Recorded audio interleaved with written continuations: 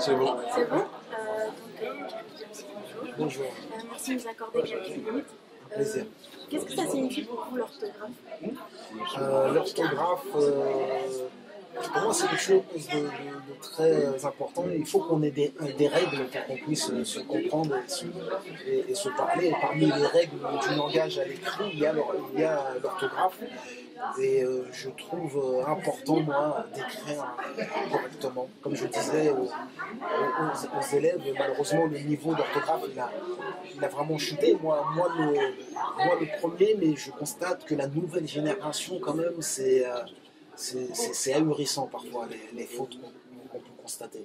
Même dans vos SMS, vous faites attention à l'orthographe? Ouais, j'arrive pas, je n'arrive pas, c'est pas que j'en fais pas, j'en fais certainement, mais je trouve que ce serait presque de l'impolitesse que de se laisser aller et d'écrire n'importe comment et de s'adresser à quelqu'un, voilà.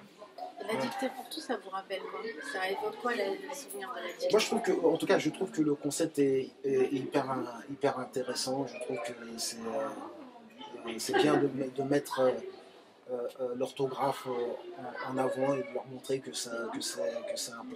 Voilà. La diversité, le vivre ensemble, c'est aussi des thématiques. Qu'est-ce que c'est pour vous vivre ensemble? Quelle importance ça a dans votre vie ou dans vos textes? Vivre ensemble, déjà, quand on est en couple, déjà, on apprend à vivre ensemble. Et donc, vivre ensemble, ça consiste à être soi-même sans nuire à l'autre. Et ça consiste à accepter, bien sûr, ce qui est acceptable de l'autre. Bien qu'il soit différent de nous. Donc ça ne consiste pas à imposer à l'autre d'être comme nous on souhaiterait qu'il soit ou d'être à notre image et qu'une fois qu'il est à notre image complètement, de dire ah oui maintenant on peut vivre ensemble. Ça s'appelle pas le vivre ensemble. Au début, il y a eu peur qu'on voulait vraiment qu'il arrive sur le devant de la scène, aujourd'hui qu'il est sur le devant de la scène et qu'il est représentatif de toute une génération. En quoi est-ce qu'il peut changer les choses et nous faire évoluer dans le sens de s'accepter? Malheureusement, je pense que c'est pas le hip-hop qui est au devant de la scène, c'est le rap. Et que le rap aujourd'hui est devenu un business et qu'il n'a plus aucune ambition politique ou de conscientisation. Et que malheureusement c'est devenu un business comme une autre, une variété comme une autre, et que au contraire le rap aujourd'hui n'aide pas au vivre ensemble. Beaucoup de rappeurs véhiculent des clichés, que ce soit des clichés sur les Français dits de souche, ou que ce soit des clichés sur les Noirs et les Arabes, et ça ne nous aide pas du tout. Dernière question pour Rebellissime. Le magazine c'est Rebellissime, est-ce que vous avez un rebelle préféré? Un rebelle préféré, je ne veux pas dire préféré, parce qu'il y en a beaucoup parmi les rebelles qui ont marqué l'histoire, on va dire Mohamed Ali. Ouais. D'accord, merci beaucoup. Je révise encore dans l'orthographe. Je le ferai dans 2 ans quand je reprends les études. Mais il y a des choses qui sont insupportables. Des gens qui envoient des textos avec ça va avec un S. Ça avec un S. C'est pas possible.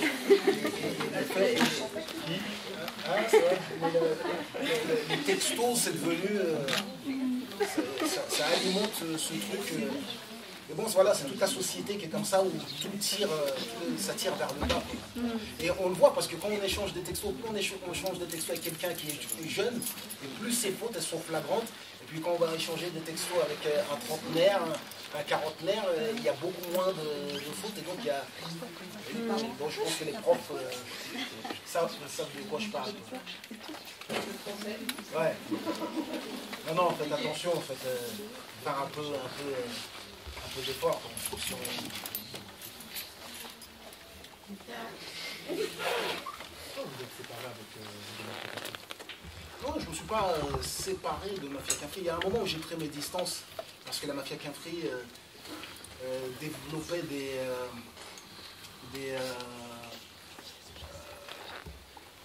enfin, des idées avec lesquelles j'étais plus en accord. Mais aujourd'hui, c'est quand même tous des amis. Après, ce qui nous sépare, c'est plutôt la vie de tous les jours. On a tous grandi, on a tous une vie de famille. Puis c'est plutôt ça qui fait qu'on se voit moins. C'est qui le chanteur que vous admirez le plus dans l'affaire Catherine? Oh, je peux pas dire. Ils ont tous des styles, différents. Ils ont tous un truc dans lequel je me retrouve. Qui ne vous ont pas encouragé à faire ce métier? Ma mère, déjà, au début. Ma mère, elle n'était pas trop pour que je fasse de la musique, puis après, elle a accepté au fur et à mesure. Après, comme je vous l'ai dit, le show business, parce que comme moi, j'ai toujours essayé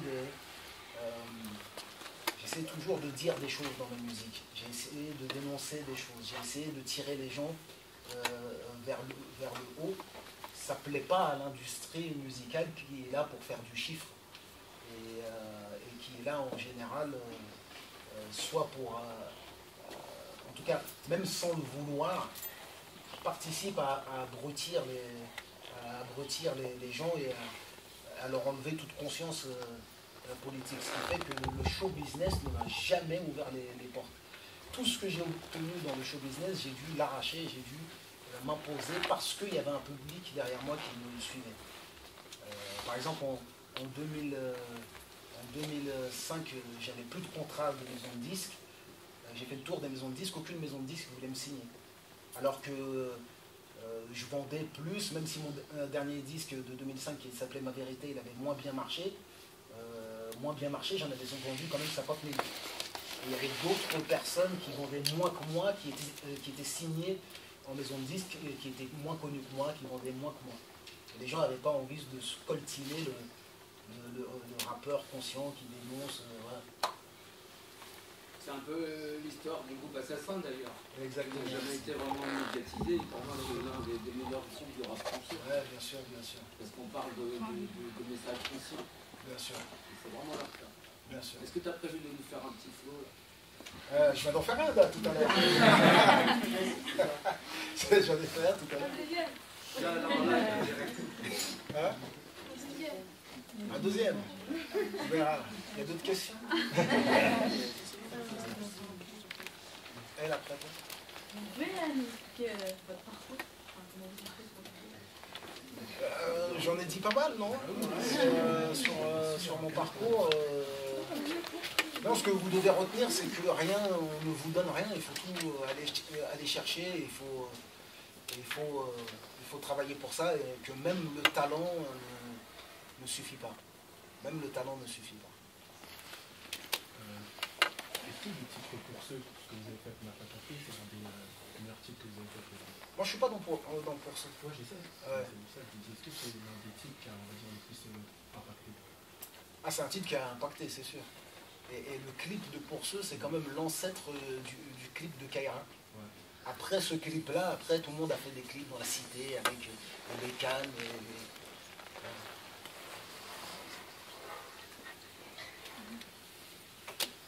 Tu as fait de la musique, Ouais. donc on va pas se mentir, tu es devenu célèbre, tu as gagné de l'argent. Est-ce que tu as investi quelque part dans un autre secteur d'activité ou... Bonne question. Non, C'est la première fois non, mais c'est la première fois qu'on me la pose, mais c'est une bonne question. Et évidemment, ouais. Évidemment, ouais. Parce que la musique, c'est quelque chose de... C'est très aléatoire. Aujourd'hui, ça marche, demain, ça peut ne pas fonctionner du tout. Et donc, oui, j'ai investi un peu dans l'immobilier. Alors, je suis pas... Ouais. C'est pas... Mais quand même un petit peu pour la famille, pour l'avenir, parce que je pense que... Déjà, en tant qu'artiste, on a peu de retraite.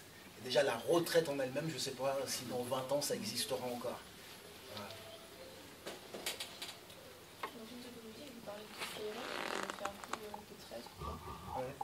Il s'est passé quoi concrètement? C'est marrant, il est là, Fred de Sky. Il est en bas, il est en bas. Ah, il est en bas, il est pas monté. Non, en fait... non, mais ça n'aurait pas changé mon discours. En fait, ce que je reproche à Skyrock, c'est d'avoir eu... donc ils se sont prétendus premiers sur le rap. Alors quand ils sont arrivés, Alors ils ont vraiment passé ce qu'on peut dire du vrai, un rap, alors très divers, il y avait de tout. Puis après, au fur et à mesure, ils ont commencé à privilégier que le rap qui était festif, parce qu'ils étaient aussi dans une course avec la radio et énergie. Donc au fur et à mesure, ils enlevaient tout le rap qui disait des choses, tout le rap qu'aujourd'hui on appelle conscient. Et au fur et à mesure, et donc ils ont encouragé aussi le rap qui, à mon sens, pousse les nôtres vers le bas. Et même par exemple à l'époque où les clashs ont commencé, ils ont alimenté les clashs en diffusant les morceaux de la prime sur Viva, les morceaux de Viva sur la prime, les morceaux de rock. Et ensuite après il y a eu des affrontements physiques et on ne sait jamais aujourd'hui, personne ne sait comment ces histoires-là vont se terminer réellement. Et si un jour ça se termine mal, ils auront une part de responsabilité dans ça. Et donc moi j'avais présenté mon dernier album, Mohamed Alix, au directeur de programmation de Skyrock, qui a commencé à me dire non, c'est pas ça que les gens veulent entendre. Parce qu'il a pris une telle place dans le rap qu'à un moment il est presque devenu un directeur artistique. Il allait dans les studios et carrément il leur disait non, le refrain ça doit être comme ça et pas comme ça. Voilà. Et alors que finalement l'album, sans que j'ai aucune radio derrière, j'ai été disque d'or, j'ai fait un Zénith, 2 Olympias complets. Donc voilà. C'est-à-dire ce que tu dénonces, c'est aussi valable dans d'autres esthétiques, mais pas que dans le rap. Bien sûr. C'est-à-dire que le phénomène des productions, etc., des labels, c'est valable dans toutes les esthétiques. Quel que soit dans la chanson française, dans le jazz, dans tous les styles de musique, c'est la même. Avant que Claude Nougaro ne meure, il ne voulait pas être produit du tout. Il est parti au stage, il a fait Nougaya. Et là, son producteur a rappelé, mais c'était trop tard. Le morceau, il a marché comme jamais.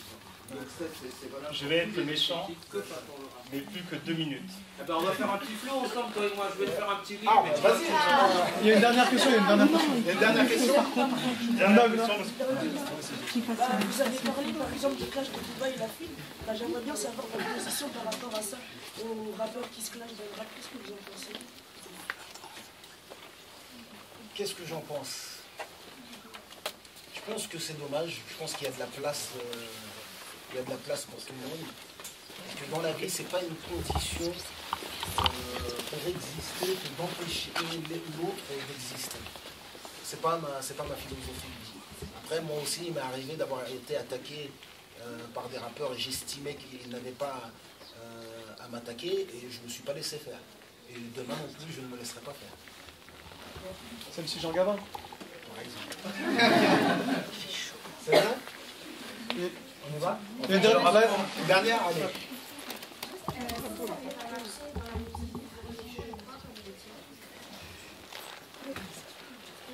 Les métiers qui m'auraient intéressé, avocat, ça m'aurait intéressé. Tous les métiers qui m'auraient intéressé, j'ai fini par le faire un peu dans la musique. Avocat, ça m'aurait intéressé, je l'ai fait dans la musique finalement, j'ai défendu certaines personnes. Et journaliste, ça m'aurait intéressé, je l'ai fait aussi à travers avocat, journaliste, c'est le métier qui m'aurait intéressé. Alors en fait, j'ai initié mes élèves aux percussions corporelles, au body tape, tu vois. Et je leur apprends qu'avec le body tape, tu peux mettre en place des flows. Pas besoin. Donc, on y va. Donc je te fais un petit rythme, et je leur montre qu'à partir de ça, tu peux développer ton flow.